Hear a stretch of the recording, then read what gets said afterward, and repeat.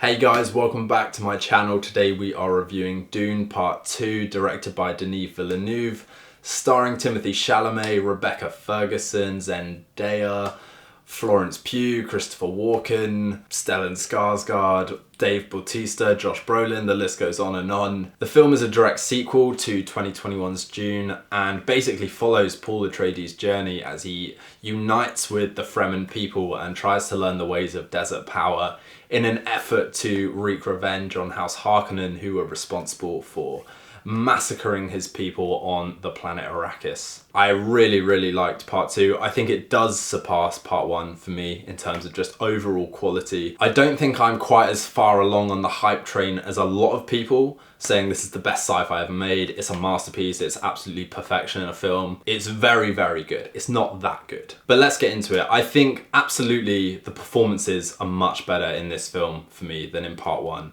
I think Timothée Chalamet especially really settles into his role as Paul Atreides.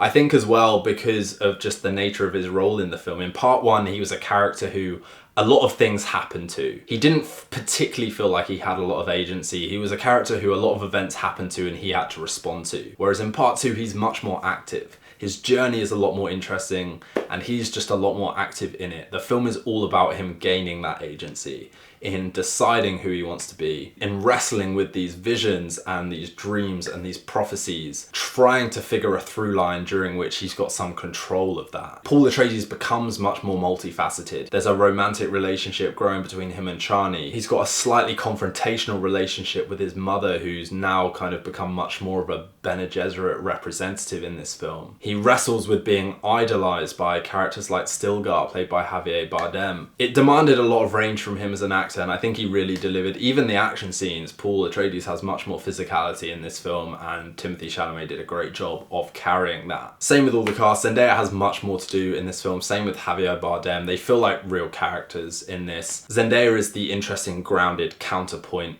to Paul Atreides, and Javier Bardem is this like real fanatical Fremen leader who fully believes that Paul is the Lisan al-Gaib.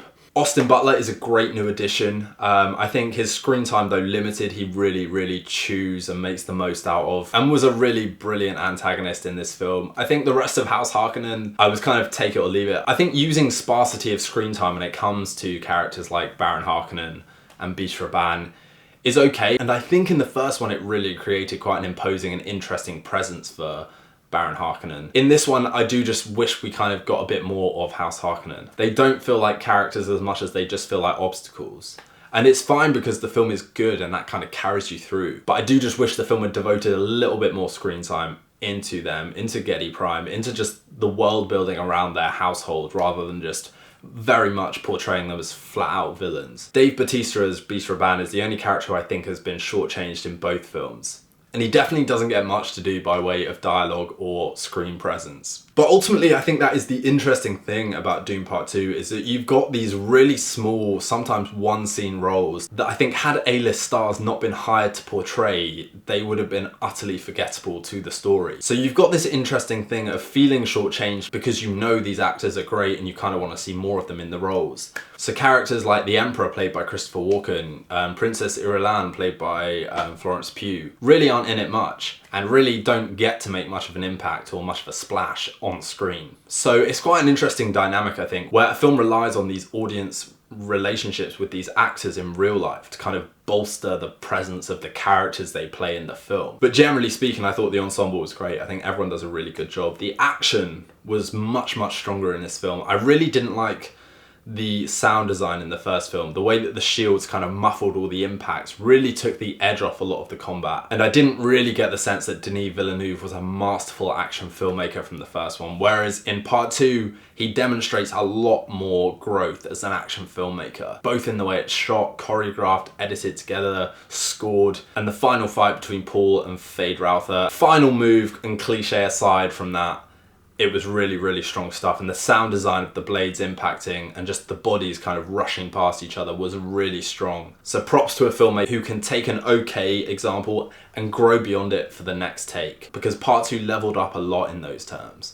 I think visually too as well, it would have been hard to have watched 6 hours of beige sand backdrop. I think as stunning as the cinematography is, the fact that Arrakis is such a vast, plain world, for lack of a better word, visually, it would have been very repetitive to have just stayed there with that kind of visual, slightly desaturated style. But Denis Villeneuve finds interesting ways to spice that up in this one. The opening scene during the Eclipse raid, providing this really slightly orange, really vibrant, striking glow, was stunning stuff.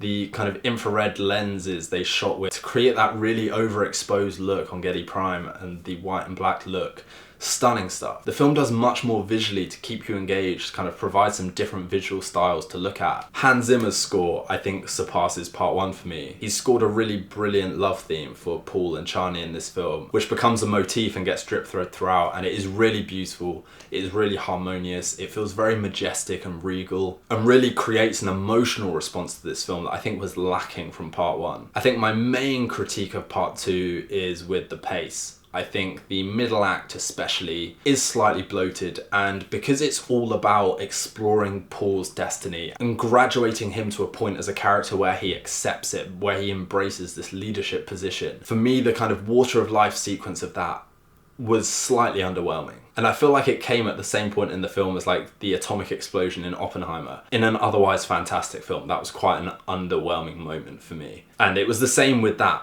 It kind of made Paul's transition from unsure to reluctantly, and with that resignation, accepting this kind of fate for himself. Didn't quite have the emotional wallop that I kind of think this film needed to fully sell that transition. And then that led to an ending which felt slightly rushed. A lot of kind of dramatic payoff and catharsis and closure and action takes place in the final 20-25 minutes or so, and I wouldn't say it was allowed the room to land. So I think had that been extended slightly and had the middle section been less stalled, I think this film would have been a much stronger paced masterpiece. So for me, not a masterpiece, but damn near close. If you have seen it, guys, do drop a comment below. I'd love to hear your thoughts. Please also consider liking and subscribing to the channel. That's always a huge help for me. And in the meantime, we'll see you for the next vid.